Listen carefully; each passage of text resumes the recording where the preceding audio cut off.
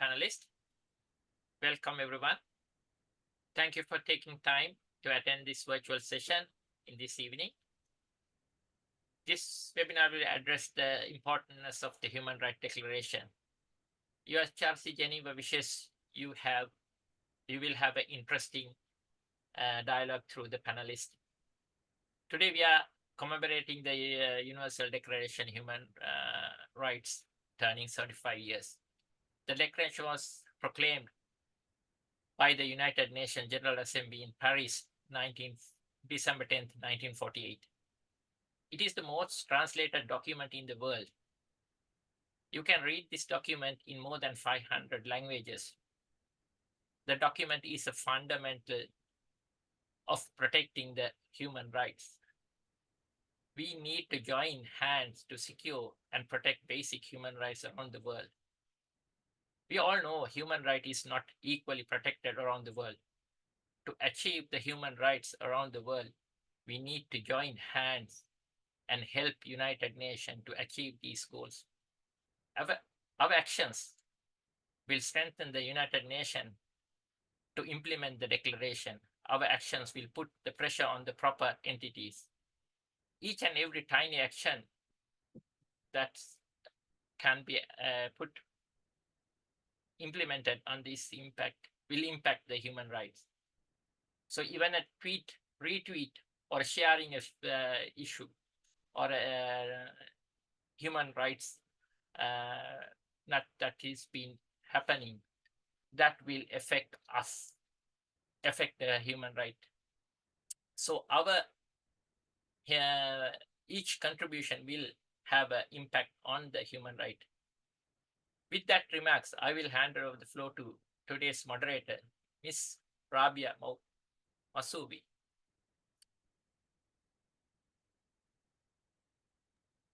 Thank you, Mr. Zahir.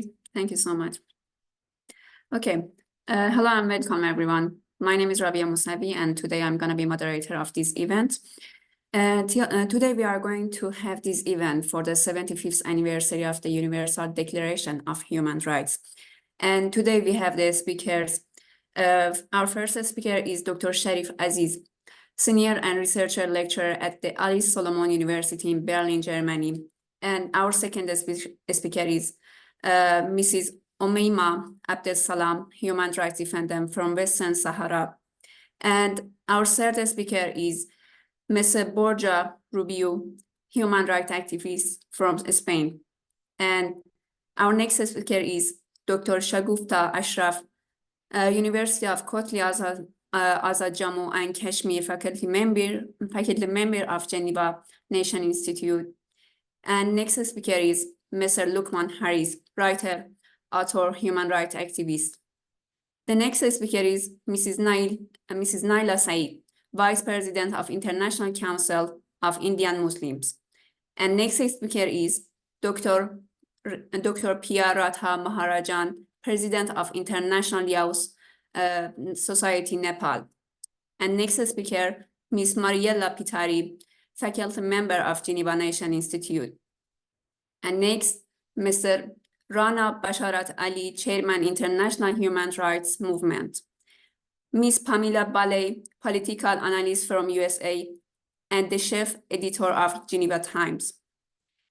And later we will have a question and answer session, and that's it. And I'm gonna give the floor to Dr. Sharif Aziz. Please go ahead.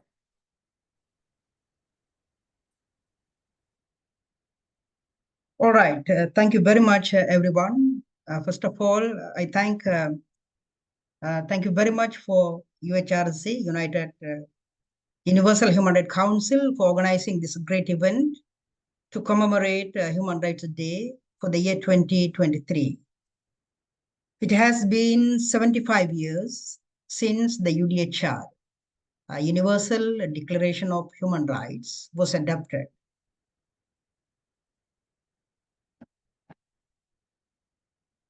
The UDHR is a key document that advocates for human rights without discrimination based on race, color, religion, sex, language, political affiliations, and many other status. Today, we live in an era where the human rights are under threat and openly violated many states and non-state actors. In 2023, we find ourselves facing new challenges and humanitarian crises in many places.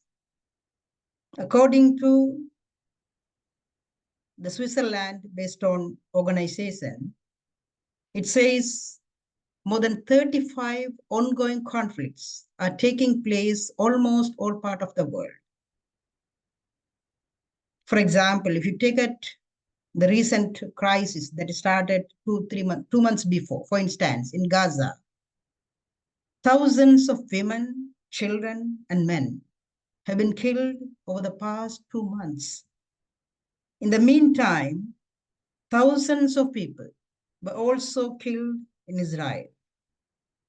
Killing innocent people is not a solution to any kind of conflict. It seems kind of a senseless killing almost every part of the world. All forms of violence, including torture, kidnapping, and detention, must be stopped, and peace should be promoted at all levels, at least in this great Human Rights Day. In this context, we need to contemplate how to leverage the UDHR to advance peace at all levels. Therefore, the theme, from my point of view, in 2023 should be declared as stopping violence, particularly against women and children. If you look at the recent history, most of the killings have been targeted based on the women and the children. So this should be the highlight for this year and should be declared stopping violence against women and children as a main slogan for this year. Human Rights Day is not merely a reflection on the state of the world. It serves as a call to action. As individuals, we play a crucial role in upholding and advocating for human rights. We should inspire the audience to consider various ways they can contribute through their education, activism, or supporting organizations which dedicated to human rights, for example, UHRC. This is just one simple example that we can contribute ourselves to promote peace and security all over the world. Each of us possesses the power to contribute to a world where the principles of the UDHR are not confined mere to words on a paper, but become a live reality for everyone. In conclusion, Human Rights Day serves as a powerful reminder that the protection and promotion of human rights are shared responsibilities. Today and every day, let's commit ourselves to promote a world where justice, equality, liberty, freedom, and dignity must be prevailed. Thank you for your attention, and I wish a wonderful Human Rights Day to all of you. Many thanks once again. It's over to you, moderator. Thank you so much, Dr. Sharif, and thanks for your space. And right now I'm going to give the floor to Mrs. Omeima Abdel Salam. Please go ahead. Thank you very much for inviting me to this important panel. For me, it's a great honor as a representative from the African people to be today with you. I'm coming from Western Sahara, the last colony in Africa, and I send my greetings in this day to all the people who are fighting for their freedom. On the occasion of the 75th anniversary of the Universal Declaration of Human Rights, it's imperative that we make an intervention to address the blatant and unprecedented violations of its principles. The world today is witnessing a disturbing trend of disregard for the rights and protections outlined in the historic document. The ongoing atrocities committed by the Israeli occupation in Gaza, as well as the systematic human rights abuses in Western Sahara by the Moroccan regime, are clear examples of this alarming global phenomenon. All Sahrawi people stand in solidarity with the Palestinian people in Gaza and everywhere, condemning the international community's silence in the face of these heinous crimes and acts of aggression. Furthermore, our people vehemently opposes the nomination of the Moroccan state for the presidency of the UN Human Rights Council, as it will only serve to embolden their continued violations of human rights under the guise of international protection. Our people also renews its call for the UN to hold the Moroccan regimes accountable for its gross violations of international law and to ensure the immediate release of all Sahrawi prisoners held in the Moroccan jails. In conclusion, my dear friends, as we commemorate the Universal Declaration of Human Rights, we must reaffirm our commitment to upholding its principles and to hold accountable those who seek to undermine the fundamental freedoms and rights of all individuals and marginalized communities. My dear friends, thank you very much. And I hope I can wish you a happy day. But unfortunately, we have nothing to celebrate in this day. Thank you very much for your attention. Thank you so much, Mrs. Omaima. And right now, the next speaker is Mr. Boria Rubio. Thank you so much. And please go ahead, Mr. Boria. Thank you. First of all, I would like to thank the involved institutions, the Universal Human Rights Council, the International Council of Indian Muslims, the International Human Rights Movement, Geneva Times as a media sponsor, and last but not least, the European Institute for Economics, Political and Social Research. Today marks a significant milestone in the history of humanity. 75 years ago, visionaries from across the globe came together to articulate a fundamental truth that every person, regardless of their background, deserves to live a life of dignity, freedom, and equality. This groundbreaking declaration, the Universal Declaration of Human Rights, was born out of the collective yearning for a world where justice prevails and human dignity is upheld as an unassailable right. Since its inception, the Universal Declaration of Human Rights has served as a guiding light, illuminating our path towards a more compassionate and equitable society. Its principles stand as a testament to our shared aspirations, transcending borders and ideologies to remind us of our common humanity. In these 75 years, we've witnessed remarkable progress in advancing human rights globally. It has empowered individuals to challenge oppression, demand justice, and embrace diversity.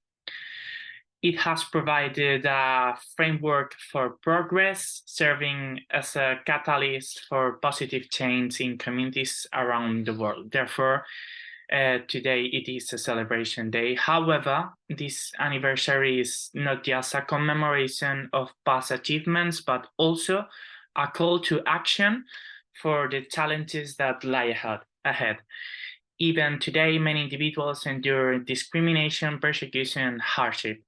In various corners of the world, human rights are violated with impunity. We cannot rest on the laurels of the past. Instead, we must recommit ourselves to the ideals enshrined in this remarkable document. As we commemorate this milestone, let us reflect on the courage of those who champion this cause.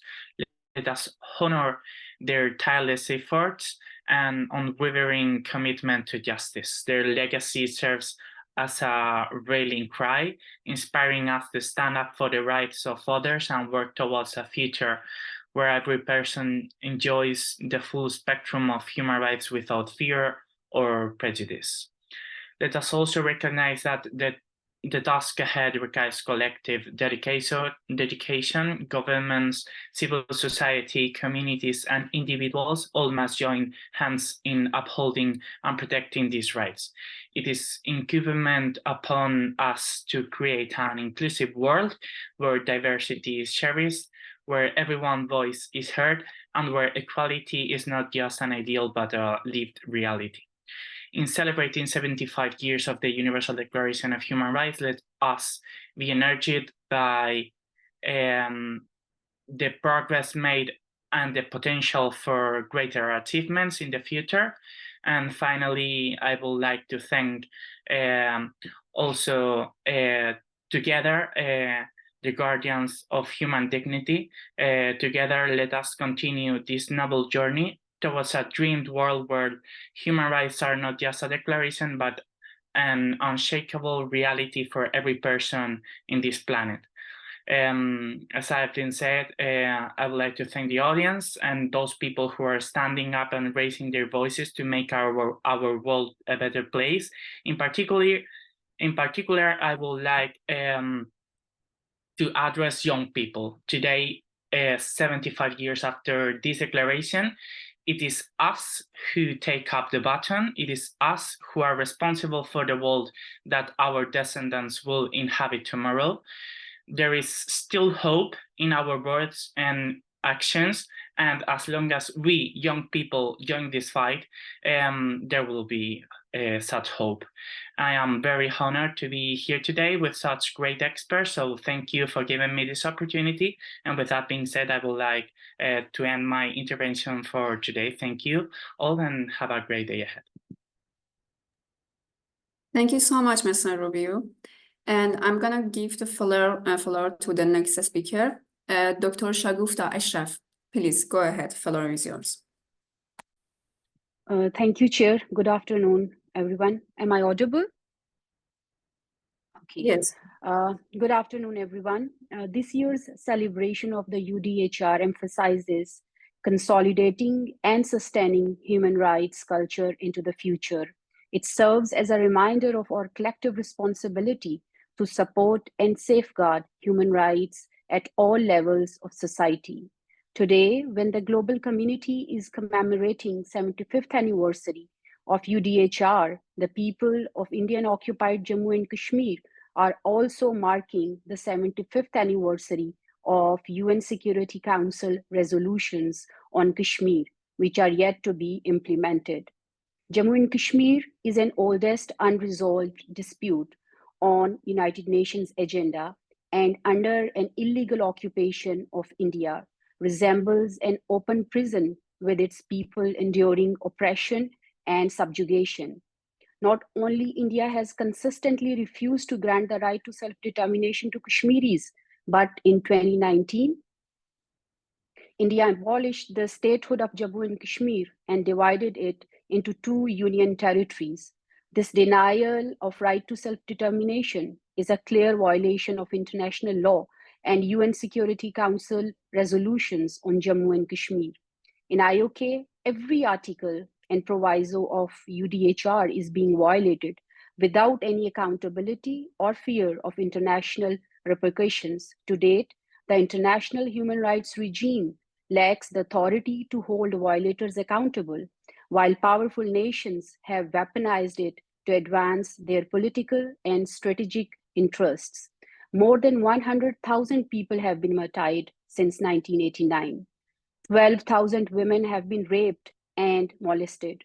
8 to 10,000 enforced disappearances and around 9,000 unidentified mass graves are in Indian-occupied Jammu and Kashmir. Modi-led BJP and RSS is systematically working to bring demographic changes in Indian illegally occupied Jammu and Kashmir. The basic objective of the abrogation of Article 35A from the Indian Constitution is to settle non-Kashmiris in Kashmir. Ladies and gentlemen, the world must recognize that human rights are not a luxury, but an elementary foundation for peace, stability, and justice. On this International Human Rights Day, let us pledge to uphold the principles of UDHR and work tirelessly to establish effective accountability mechanism that will ensure a better world for all. To effectively implement international law and enforce the rights regime, we must, number one, strengthen the UN system. Number two, enhance the teeth of existing UN mechanisms and instruments to hold powerful actors accountable. Number three, establish robust and unwavering accountability at the highest level. Number four, coordinate efforts for peace building and mobilize political will to resolve long-standing conflicts that fuels rights violation. And number five, ensure effective monitoring and comprehensive documentation of human rights violations and abuses, whether committed by individuals, groups, or states. My brothers and sisters, we should not give up. We must stand for rights, for our rights, for human rights. We must continue our efforts. Thank you very much, Chair, for organizing this wonderful event on this very important day to once again reaffirm that we should stand for human rights. Thank you for listening. Thank you so much, Dr. Ashraf. And I'm gonna give the floor to Mr. Lukman Harris. Please go ahead. Floor is yours. Yeah. Good afternoon, friends. First of all, let me thank the UHRC and others who have organized this very fantastic event. As we celebrate 75 years after the promulgation of the Universal Declaration of Human Rights, and on this Human Rights Day, I think it's a day of reflection and what we should be doing in the future. Now, the question that most of these people ask is that after the World War II, the people all the world actually echoed in one voice, never again, never again. But I mean, so many decades, 7 decades after the establishment of the UN, United Nations, right, the mother body, the question is being asked, is the UN a toothless tiger? So if you look at the history of United Nations, for example, it's not it's not true, because in 1948, of course, we said never again, and true enough, there were no world wars, and there was it also paved the way to give a voice to all the countries, irrespective of size and power. And also we saw that it avoided many wars and conflicts in different zones as well, and some of them, of course, belatedly. And it also gave a global forum to discuss world issues like climate, and more importantly, the human rights. So as we know, in 1948, we had this Universal Declaration of Human Rights, and they are our rights, actually. It's a set of protective principles that provide a framework for laws around the world, allowing us to live our lives free of fear, exploitation, and oppression. The concept of human rights, for example, is not actually of recent origin. It may have started, the official human rights may have been originated from this document, but it was actually considered a Magna Carta of modern times. But it's not exactly, because the human rights concept originated from our various traditions, from our religions, from our various, our various types of cultures. It is more than 100 years old. So these rights were developed through discussion and agreement, among various types of countries, both the West Bloc and the East Bloc. So the Western blocs, actually, they promoted this concept called the CPA, the CPRs, the civil and political rights. That was their contribution. Then the Eastern Bloc, actually, they were going for this ESCR, that means economic, social, and cultural rights, so which is also important. Now, today, we are in a very unbalanced world today. Now, despite all these achievements that I talked of, which the UN and the UDHR brought about to ensure that people are enjoying some sort of rights, today human rights also have lost its original appeal, so as to say. So, for example, if you look at the various types of human rights, in fact, I have written a book on this, Mirage of Dignity. So, is the mirage a dignity, or has it reached the grassroots level people all around the world? So it has actually, very sad to say, it has become a mirage for millions of people worldwide. Today, I'm sure the human rights have been used as a tool by big powers today to advance their own agenda around the world. And you can see that it also no longer appeals to everyone alike. It's actually a world of what we call, it's equal, but some are more equal than others. So because some of the powers are always enjoying more power. You can see this being a lot of countries, United States or the China, Russia enjoying impunity all over the world. There are double standards, there are hypocrisy all over the world in the implementation of human rights. And not only them, even their satellite state are enjoying impunity and total disregard of the international law and even committing war crimes. Today, you can see Israel, being the satellite state of the US, has been committing war crimes at leisure. You can see their impunity not being challenged by everyone.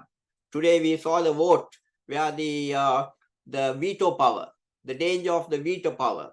Actually, they vetoed, one country vetoed the entire consensus of the world. It challenged, it made the United Nations a joke in some way. So, my dear friends, it's very, very important that this thing has to be reversed in some form or another. The another thing that I need to draw your kind attention is the imbalance between the social rights and the political and the civil rights. You can see a lot of constitutions are always highlighting this the CPA, the civil and political rights, not the social rights. So there is a lot of people are having hunger, health, education. Their rights are being undermined, whereas a lot of even social rights cannot be. It's not justiciable as well. You can't go to courts and seek justice. So this is a very important issue that the world is facing. So as we celebrate 75 years of the Human Rights Day, and also 75 years after the promulgation of that historic document, UDHR, we need to look at how to advance this.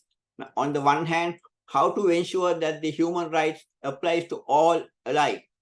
Number two is how to bring social justice, social rights to the to the grassroots levels. So, in my view, my dear friends, only the public activism can solve this. The world, as you know, has risen up today against injustice, against this what is happening in Gaza and what is happening to how people are being denied their basic rights. So in short, my parting thought is, if you ask a question, is UN a dead wood or should it be reviewed? No, I'm sure that has a lot of role to play, and we need to ensure that the United Nations and the Universal Declaration of Rights and kept alive, and we should all. So I will just quote made a quote: a world without the United Nations or with a paralyzed United Nations would be far more costly to all of us and far more dangerous to peace and stability. So my dear friends, on this day, let us strive, let us resolve to keep this at the grassroots levels. Thank you very much.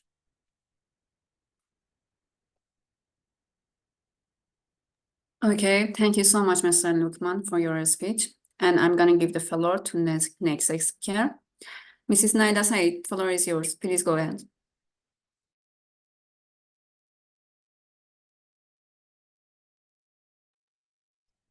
Mrs. Naida Said?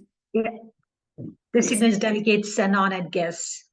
Today, on this auspicious occasion of Human Rights Day, we gather to reflect upon and address the critical issues surrounding human rights on a global scale.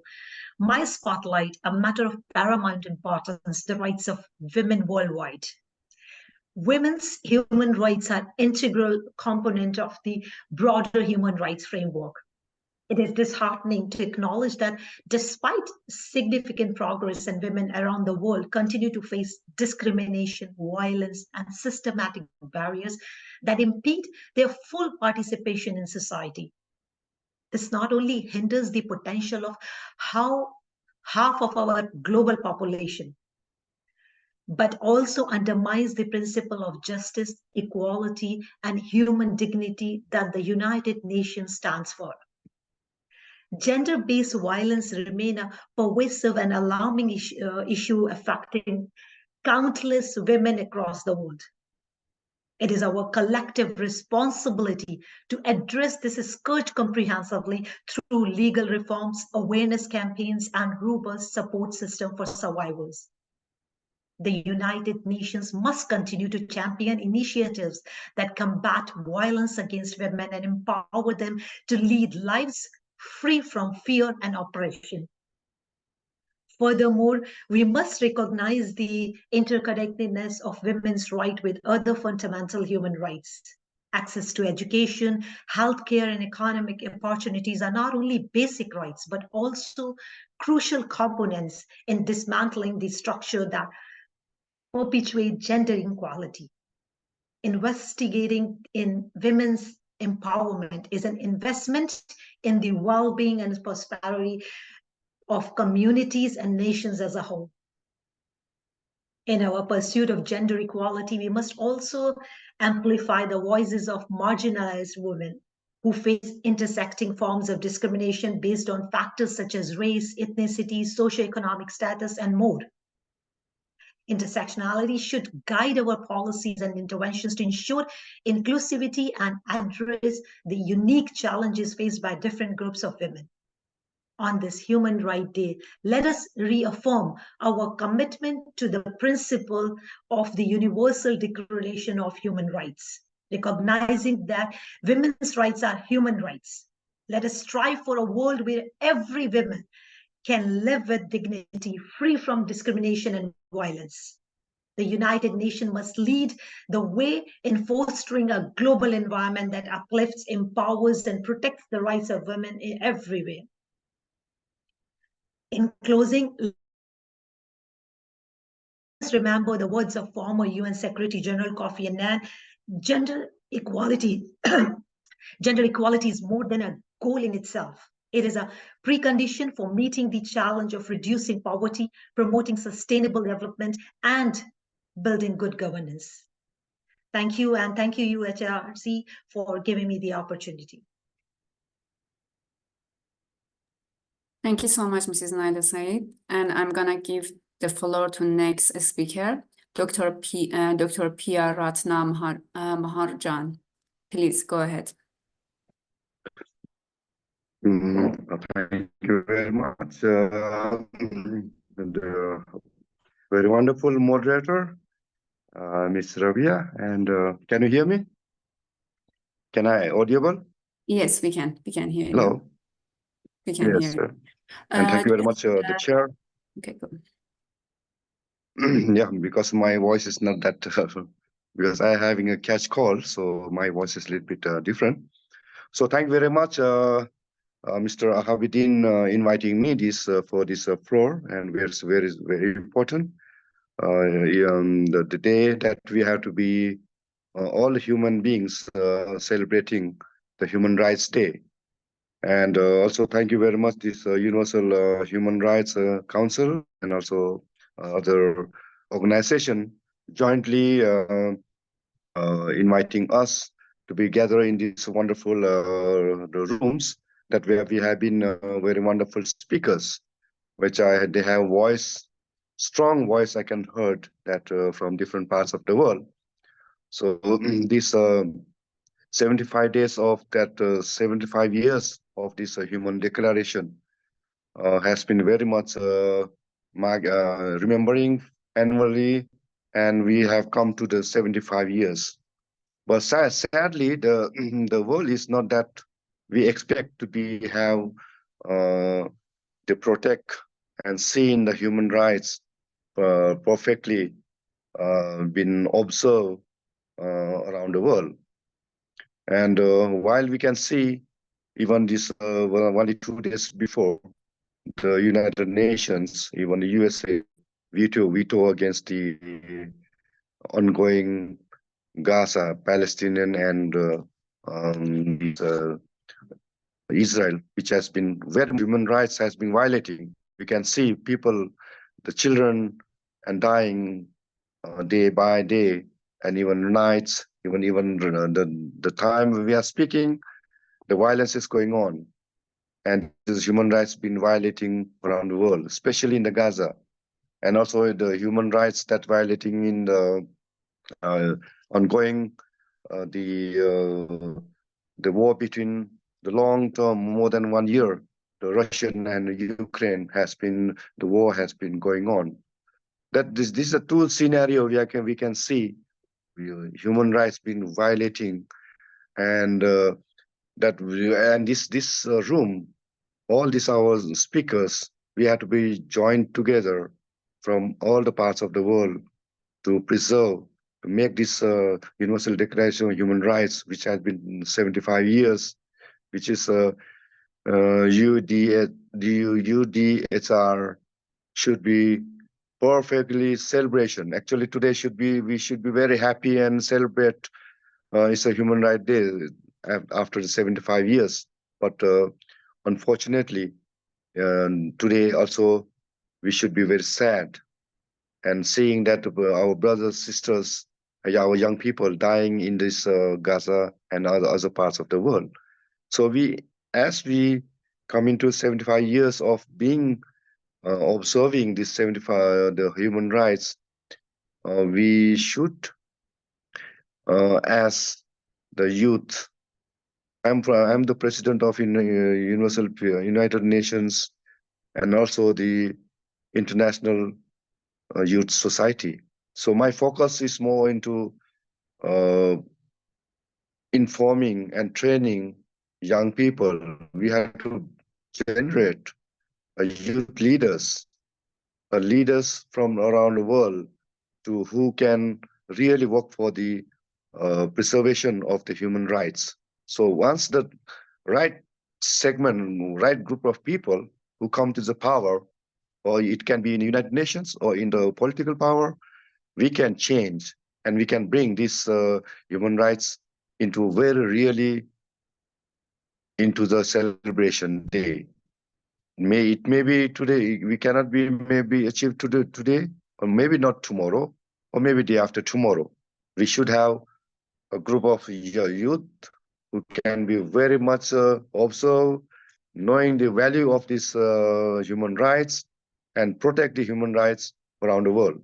And therefore, we as the leaders from around the world should focus on the coming up, the generation of youths who can be motivated and really know the value of the human rights, so that maybe in next year, when we celebrate the 76 years and human rights, maybe we can have more better say around the world that all the human rights been preserved. All the people can feel that nothing happened, the equality in educations, and also should not have the war in any countries, especially when earlier one of the speaker has spoken about the Kashmir issues. We have issues around the world. Therefore, we look forward next year we should have a better Human Rights Day. Thank you very much for giving me this platform that let's work together to have more the good days to hear left behind, that all should be have preserved human rights, and we should be represent human rights to be protected 100%, and all the human should be live happily and peacefully and harmony in this world. Thank you very much. Thank you so much for your speech. And I have to say, if you have any question, you can write it in the text box. Okay, now I'm going to give the floor to next speaker, Miss Mariella Pitari. Please go ahead. Floor is yours. Hello, everyone. I apologize. I have some problems with connection. I hope you can hear me. So what is our opportunity today? It's to bring attention for the aspirations surrounding the resolution that came to be the Universal Declaration of Human Rights. Aspirations that were brought into the scenario of the aftermath of World War II, in which so the global community was outraged for the atrocities that were committed there. And I would like to bring to your attention a legal part of that you can put into effect as a remedy, which is Article 8 of the Universal Declaration, that sets forth that for every violation, domestic jurisdictions should provide an adequate remedy. And the idea of remedy today is so important because most of the problems are not regarding the lack of institutions and treaties that recognize human rights, but as how to make it effective for society and for the international organizations as a whole. So in this opportunity, I would like to bring to our attention how we should strengthen those rights by applying them in the national jurisdictions to solve conflicts in the global scale. Thank you. Thank you so much, Ms. Pitari. So I'm going to give the floor to next speaker. Mr. Rana Basharat Ali, please go ahead. Floor is yours.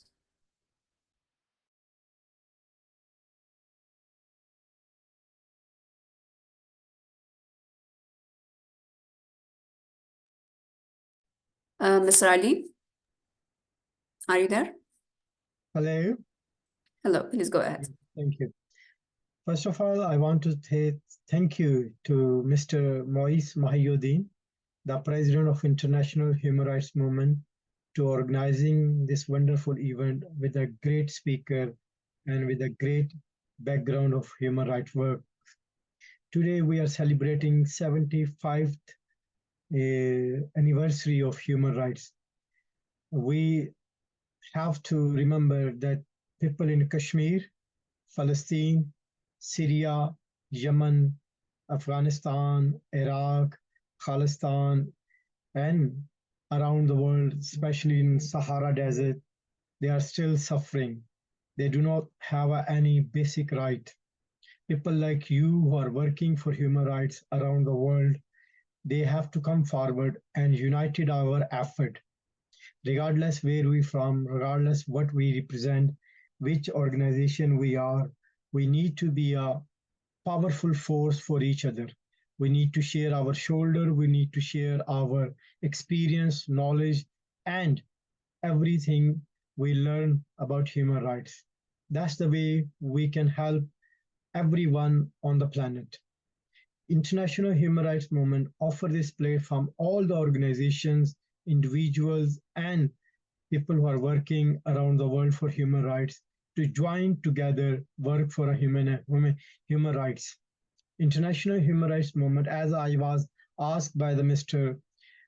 Moise Mahiuddin, the President of International Human Rights Movement, he asked me to introduction of human rights. That's the reason I'm doing this. So I want to invite all of you with your organization or individual or as a group to join International Human Rights Movement. We are working more than 67 countries with 100,000 members, regardless their color, religion, or culture. We are working for human rights on the ground level or international level. We are standing against the wars, even is for Ukraine or Palestine, even is voice for Khalistan or Manipur in India, or is war against Afghanistan or Iraq. Regardless where they're from, we are just raising voice for them. This is how we can unite it. This is how we can are powerful. People in this Zoom, I can see we have more than 12 speakers, but more than 26 listeners around the world still with us, mostly from international human rights movement and different part of the world.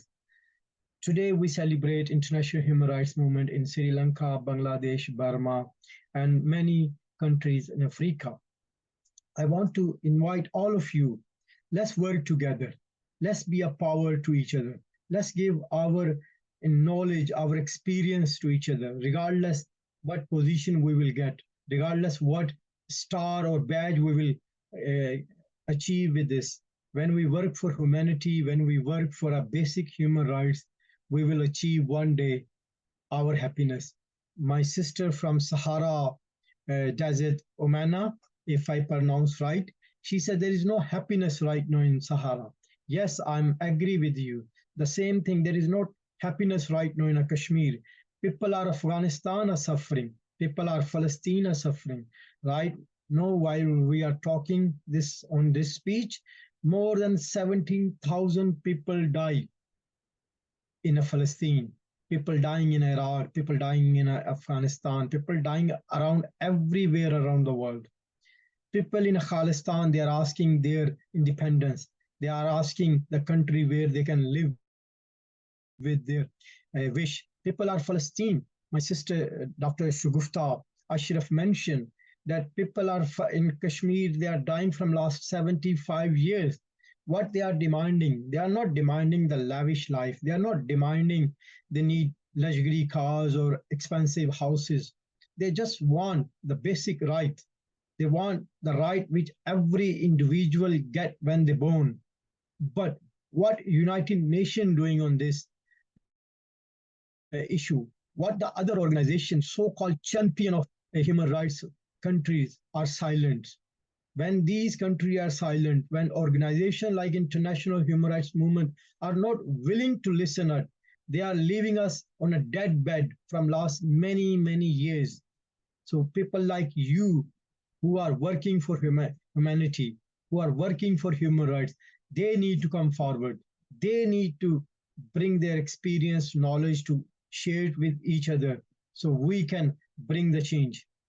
We all are witness how the United Nations working, how the United Nations have a hypocritic face, how the United Nations are silent on Kashmir issue, how the United Nations have a blind eyes on if Palestine and Israel issue, how the Afghanistan and Iraq was bombarded on the lie basis information. What we done against that? What the United Nations done against these kind of hypocritic status? Yes, they done nothing. But people like you, we need to fight for each of everyone who are affected by the human rights violence, either in Afghanistan, in Ukraine, or in Kashmir, in Palestine, in Myanmar, anywhere. Let's keep this momentum going on. Mostly when we do these kind of conference physically or on a Zoom or on a halls, so many people come and ask us, oh, Mr. Ali, what will happen after this Zoom, after this conference? Yes, might be we will not bring the major change, but we will pay our contribute to making the change. So we are a people who call ourselves a fighter, struggler, survivor. We need to fight for every day. We need to remember the people are dying. While this Zoom conf start 1 o'clock, more than 13 people die in Afghanistan. More than 21 children die in Palestine, in Israel. So what we are doing, we need to do work more hard.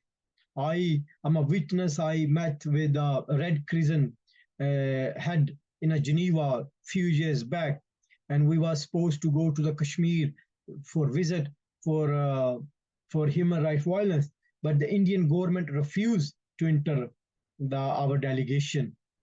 In our delegation, we was Red Cross people, we was United Nations people, there was people from the European Union, but United Nations done nothing against India. The same thing, United Nations are not helping the people who deserve their help. I call sometimes United Nations a club of rich countries, where they come, they pick up their own benefit and they walk away.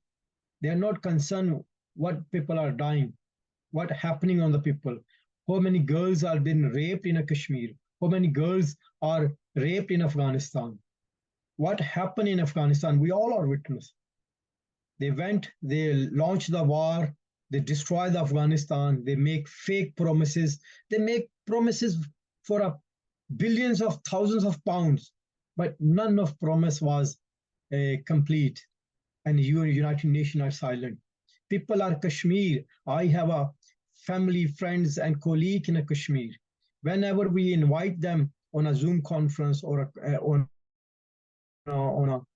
different meetings, after that they get attacks by the Indian army. They kidnap our Secretary General for International Human Rights Movement. I do not want to mention his name. He is kidnapped from last 3 years and we do not have any information about him. The same thing, Mr. Yasin Malik, the many other, Shabir Shah and many other people, war prisoner, freedom prisoner in a wars. United Nations are silent. So people like you, we need to come on one agenda, regardless any organization. If it's not International Human Rights Movement, let's use the time of Geneva. Let's use the Council of Muslim in Canada. Let's invite any other organization. Our colleague Priya Ratan, our ambassador for human rights in Nepal, is doing a wonderful work.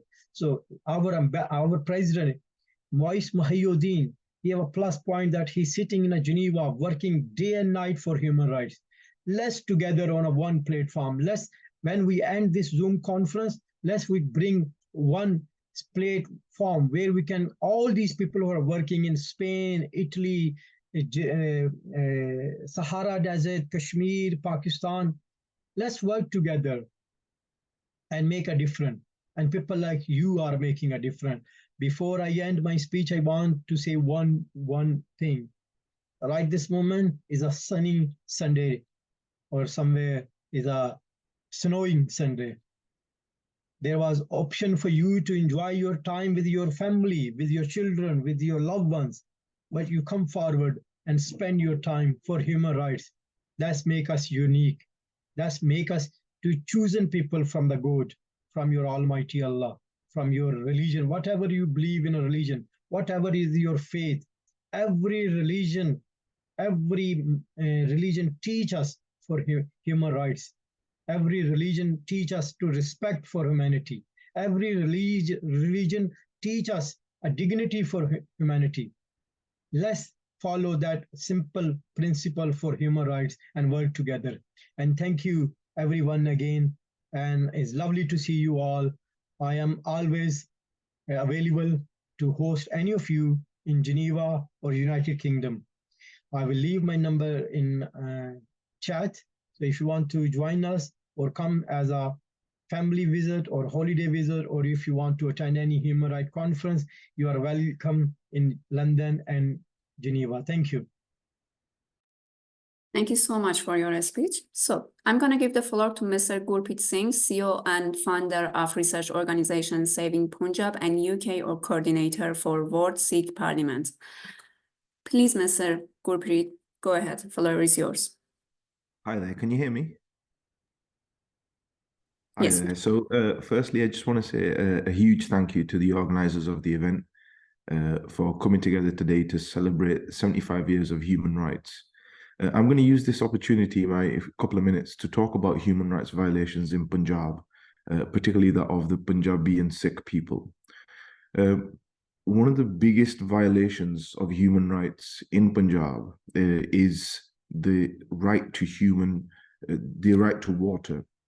So Punjab means the land of 5 rivers, and currently the land of 5 rivers in Punjab has been diverted to other states. So 75% of the river water of Punjab has been diverted to other states.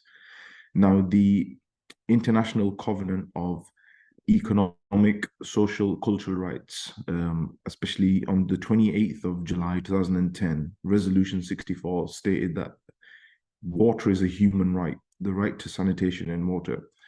And this very kind of right in Punjab has been violated, especially on the terms of international riparian law, where the water of Punjab has been diverted to other states, causing Punjab to be parched of water. Now, the problem this is having across Punjabis at the moment is Punjab is an agricultural state. And because it being an agricultural state, it needs to irrigate its fields. The fact that the river water has been diverted, farmers have been made to now extract groundwater to irrigate their fields.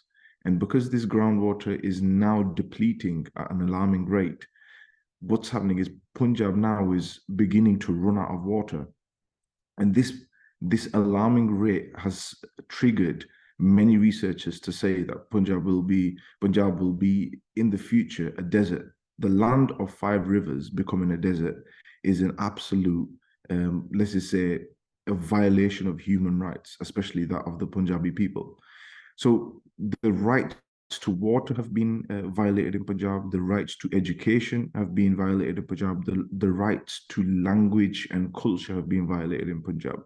And it's similar in many other states where you can see there has been some kind of either oppression or movement within India, whether that's Manipur, whether that's Kashmir. And Punjab is also one of these places that is also victim to what's going on. So Punjab holds around 30 million people at the moment. It's only 2% of India's population. It's a very, very small population size. It has a geographical area of 1.53%. And within that small, tiny area of Punjab, 50% of the drugs found across the whole of India were found within Punjab from the times of 2011, 2014.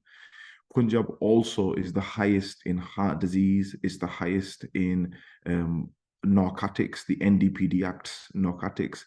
Punjab's also highest in its water contaminations in the whole of India, whether that's uranium, whether that's arsenic, whether that's fluoride.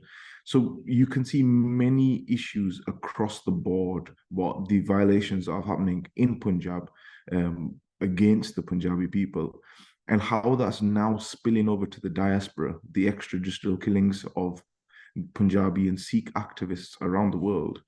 And we at the moment need to unify and stand together nations and speak about these atrocities. Hopefully in the future, we could make sure that those human rights violations that are happening in places like Punjab and Kashmir, they will be fought against, and those people will have their basic human rights. Thank you. Thank you so much for your speech. Now I'm going to give the floor to Mrs. Pamela Ballet. Please go ahead. Floor is yours.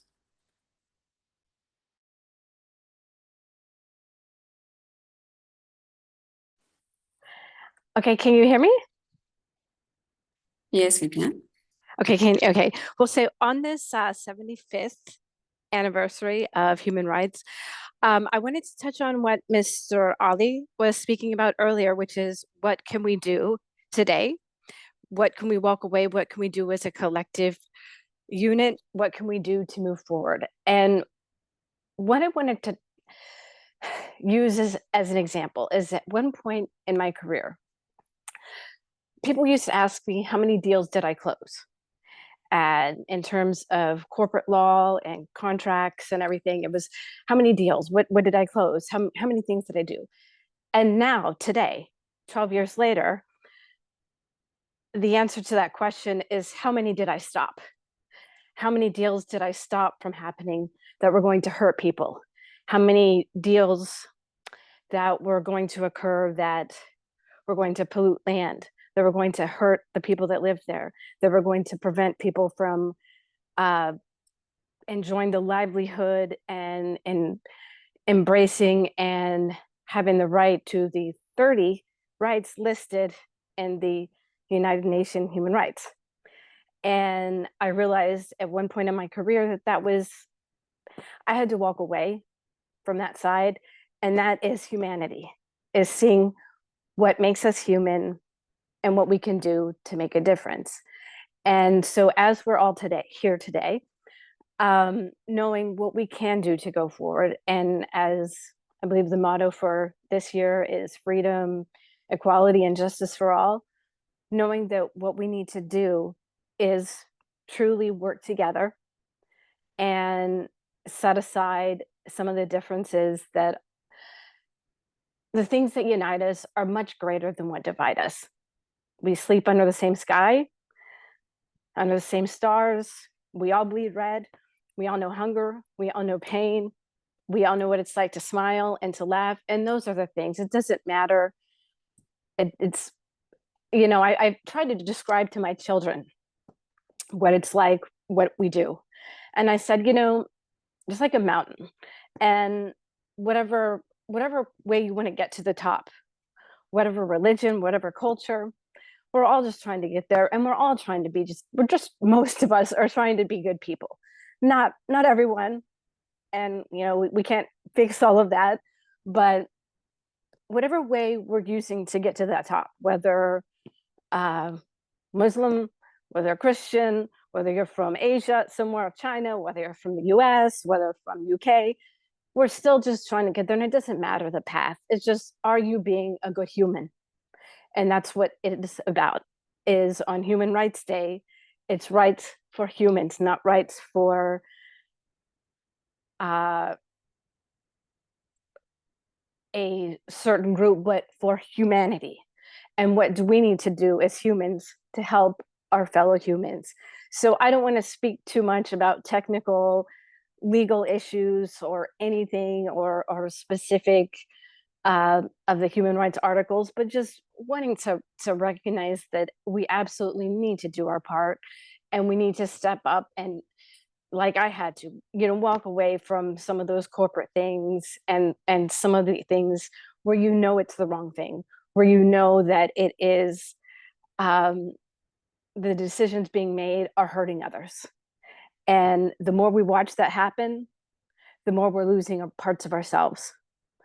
And for all of us today, knowing that all of us together, a little bit at a time, I think can move together. What do they say? It takes a village. That all of us together, as putting our pieces together, can move together and use our collective expertise in all of our different areas to move forward and try to make, because it won't happen overnight, but it's going to take something today and tomorrow and the next day and next week. And then we're still going to be doing this next year and the year after. And we can never, never, never give up. And just like Mr. Muiz, he works tirelessly to do this. I've worked with him for a very long time, and he never stops. And none of us here, obviously, if everyone is here, nobody wants to stop. And that's what we need to keep doing. So let's make 75 years, 76. And I just want to thank everyone for being here, for your time. And if you have any questions, please let me know. But just that I am here to help and to assist, provide any expertise, any knowledge, anything I can share, any help for anybody to move forward and to celebrate 75 years and to hopefully move forward with new things for 76 years, but 76 years starts today. So thank you very much. Thank you so much, Mrs. Pamela, for your speech. And now floor is open for question. Please, if each of participants have question, please raise hand or write in the text box. Thank you.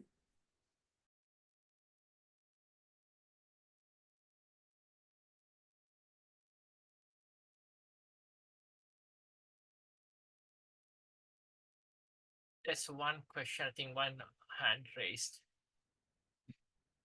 Rabia. I think you should. Can you hear me, Rabia? Yes, I can hear you. Okay. One hand raised, Shahad. I think Shahad. We can. Okay, Mr. Shahadat, please go ahead.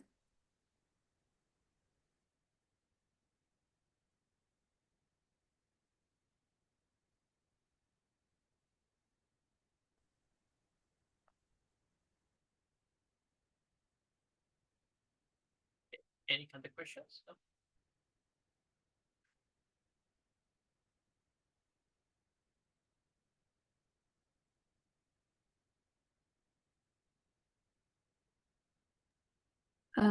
Okay, if there is no any other question, personally, I'm gonna ask a question to all human rights activists here.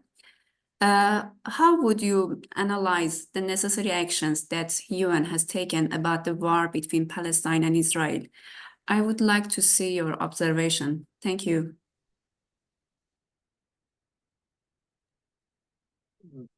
Can I answer this? Sure. I think we, as human rights workers and as observer for human rights, we are aware that how the United Nations play the hypocritic role on a war. Look at the different when the war was between Russia and Ukraine, what was the role of the United Nations? And when the war on Israel and Palestine, totally the different scenario and different reaction from the United Nations. I do not want to say this, but I believe and I force myself do not to believe, but I believe when any war engage on Muslim countries, United Nations have a different role of exercise. Even if it's Afghanistan, Iraq, Kashmir, Palestine, Myanmar, Syria, Yemen. So they have a different phase to play. But when the war between Ukraine and Russia, they have a totally different role. So I believe the United Nations need to reorganize their basic structure. They need to be independent, especially financially independent from the so-called international countries. They need to come out from the shadow of the United Nations, United Kingdom. They need to come out from the shadow of the USA. They need to be an independent organization the way it was meant to, but it's not happened so far. That's my view. I believe mostly will be agree. Thank you so much for your answer. Okay, here we have questions from Mr. Iftikhar Ahmed. Please go ahead. Assalamu alaikum. Can you hear me, please? Yes, we can hear you. Yeah, I want to ask about you that during the first day, from the first day, Mr. Antonio Guterres, I believe that he is very kind-hearted General Secretary of the United Nations. From the day first, he is urging Palestine and all the Israelis to stop this oppression. So why his voice cannot be heard yet now? Even yesterday, I have read his Twitter account that he is urging to stop this human rights violation and all these things, and even he is appealing for human corridor on the basis of humanity. So why does Israel is not listening to Antonio Guterres? Why his voice is so much useless? I want to ask this. Even a Secretary General of United Nations, he is not being heard right now. What's happening this? Can I ask this? Go.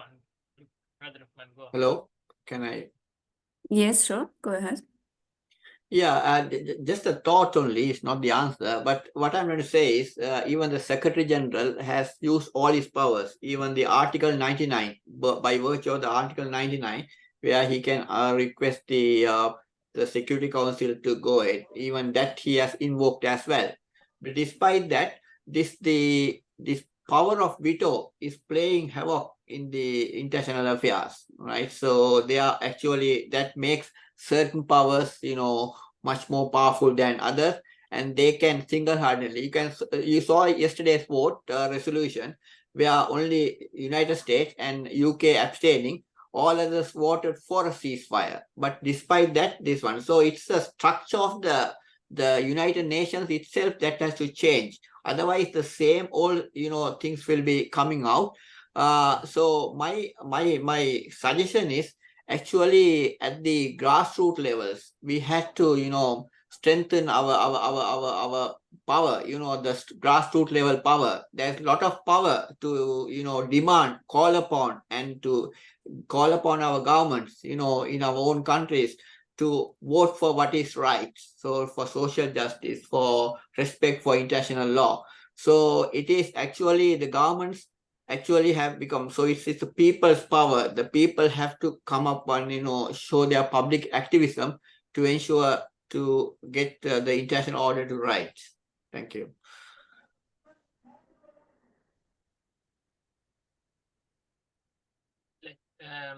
Let me add on to that one what Brother Lukman said. I completely agree. This veto is making effort, and it has been doing for a quite long time. And then this can be changed by the grassroots level. Everyone's action and reaction will one day force to change this one, and that will help in the future. That's my perspective or wish. Maybe we should give the next youth speaker the chance or the questioner. Can I answer? Can I add? Yeah, sure, go on. Okay. Thank you, Iftikhar. This is a question which we asked many times from the audience. Unfortunately, we believe United Nations as an independent institute, and we are expecting a lot from the United Nations. But United Nations is occupied by the few big country. The United Nations not an independent institute. This have to be a very clear. So we have to first fix the United Nations. We need to make it independent. We need to make it financially independent.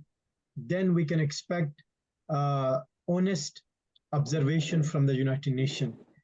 I agreed with Iftikhar Ahmed Sahib that the statement from the Secretary General of United Nations are publicly against the war, but the way he acts on different countries, he was failed, and he still failed to exercise his power against Israel. We, with the help of our president, Mr. Moise Mahayuddin, we put forward this question many times. Why not like other country, Iran or Kuwait or Iraq? Why not you put sanction against Israel? Why not you put financial sanction against Israel? There is no answer for that. Thank you.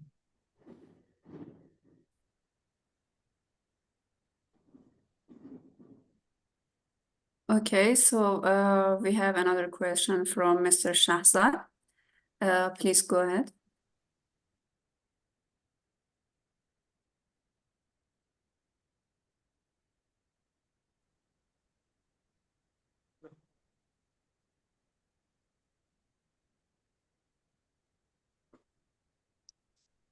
We cannot hear you.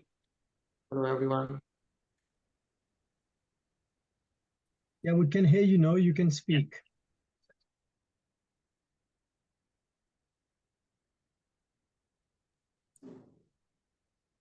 I believe you have to unmute yourself to speak. Your mic is still off. I have a question. If I ask you, Sure, go ahead. hello? Please go ahead. Yes, we are hearing. Yes, actually, I want to ask the question now. Gaza situation very critical. So Human Rights Council, why silent? And basic human rights also refused by the Israel.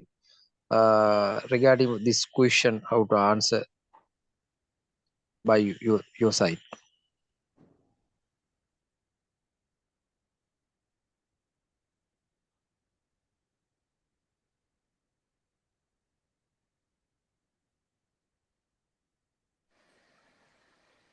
Yeah, Pamela, you can take the floor. Yeah, will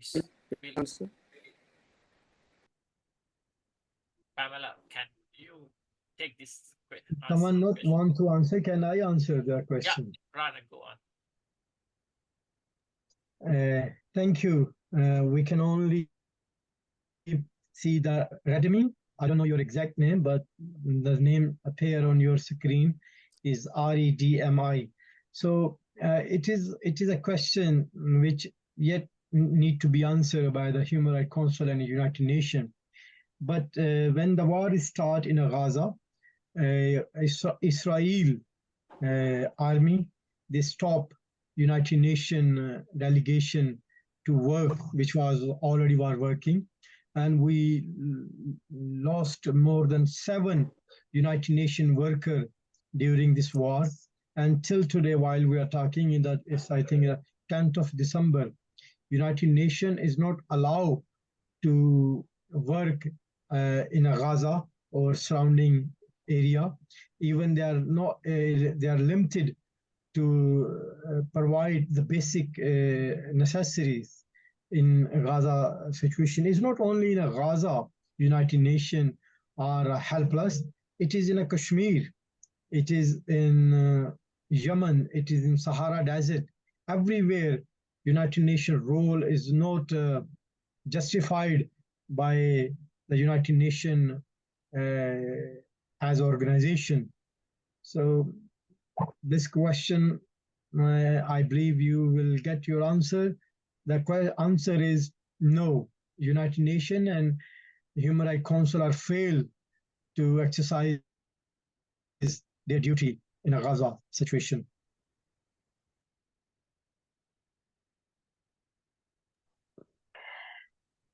Hi, can everyone hear me? Yes, we can hear you. Okay, so on the question on if I could just follow up, just if you can sort of clarify or put that question in a more simplified way, just maybe, and Mr. Ali, if you, I know you were just answering that, if I could just get that in a simpler way so I could kind of summarize that a little bit or answer it a little easier, that might help a little bit.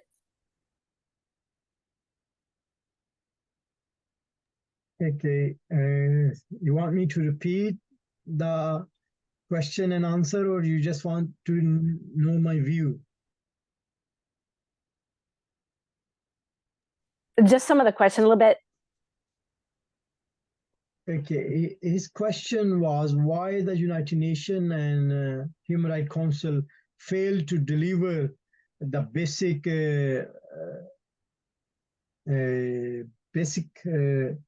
I think, rights in Gaza. Why United Nations are silent?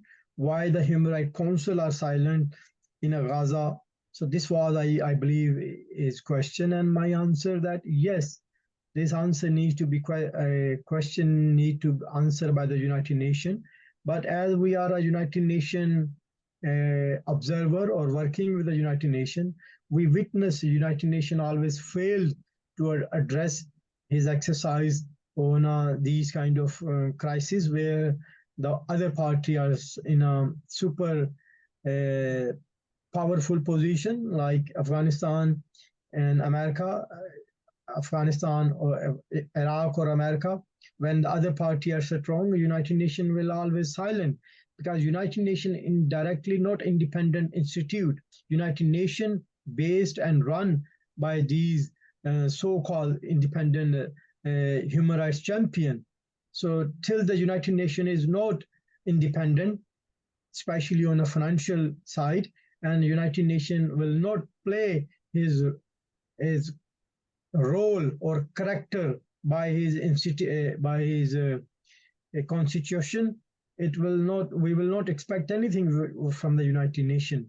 United Nations will never ever be honest on his decision. This is my view. Might be you have a different view, Mr. Lukman, or there is plenty of people, and especially Mr. Mahyuddin.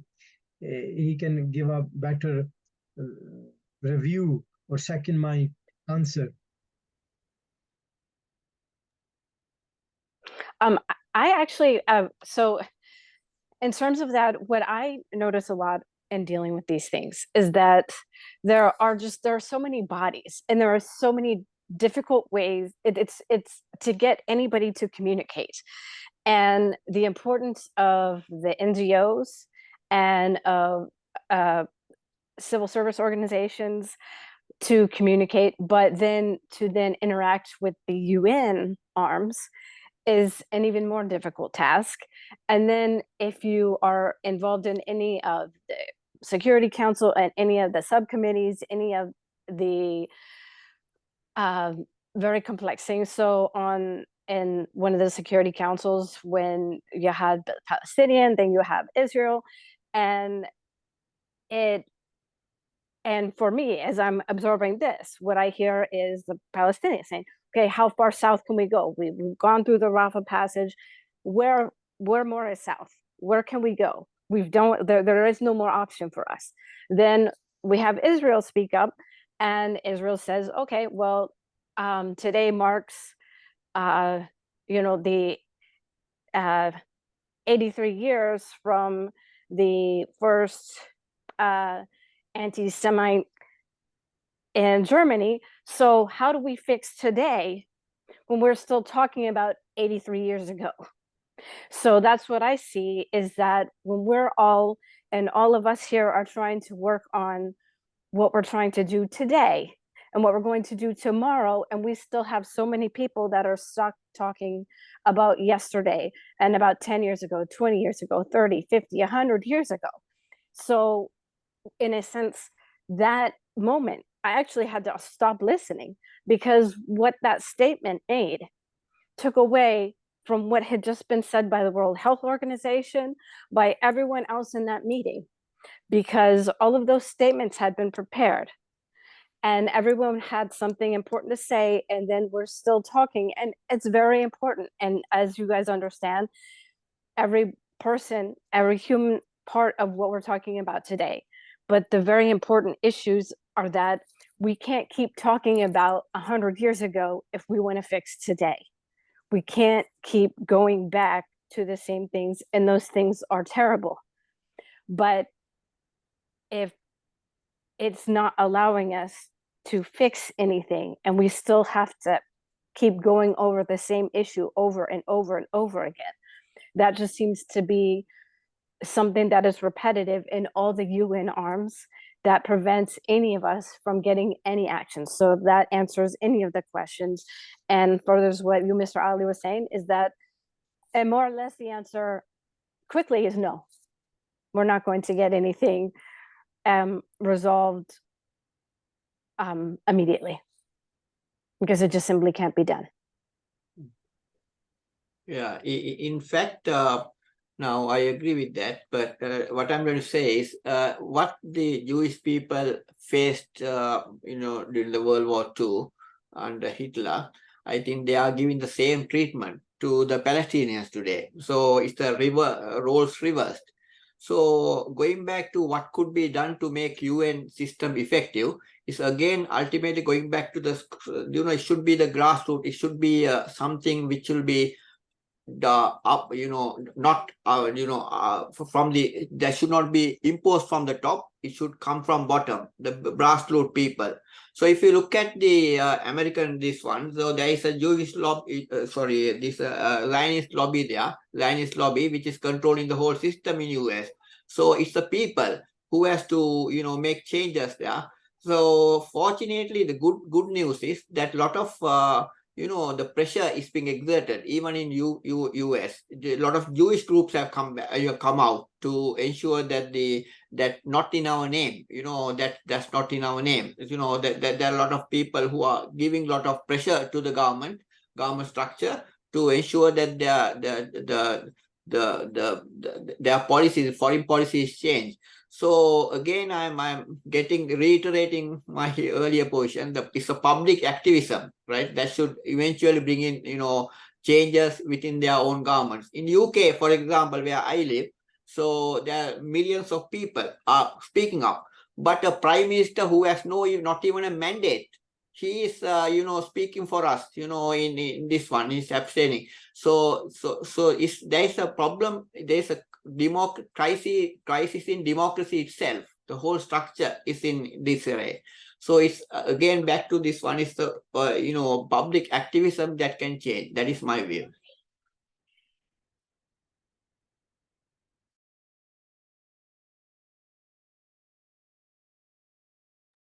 Okay, thank you so much all for your speech. And we are going to close the event. And in the celebration of 75th anniversary of human rights, as you all mentioned, we as a human rights activists must help to accelerate the implementation of necessary action for human rights around the world. I wish peace all around the world. I would like to thank you to all participants and speaker for attending to this event. Thank you so much. I wish you all a wonderful day. Have a good day. Thank you. Thank you all. Thank you so much. Thank you, Musavi and team. Thank you very much. Thanks a lot. Thank you.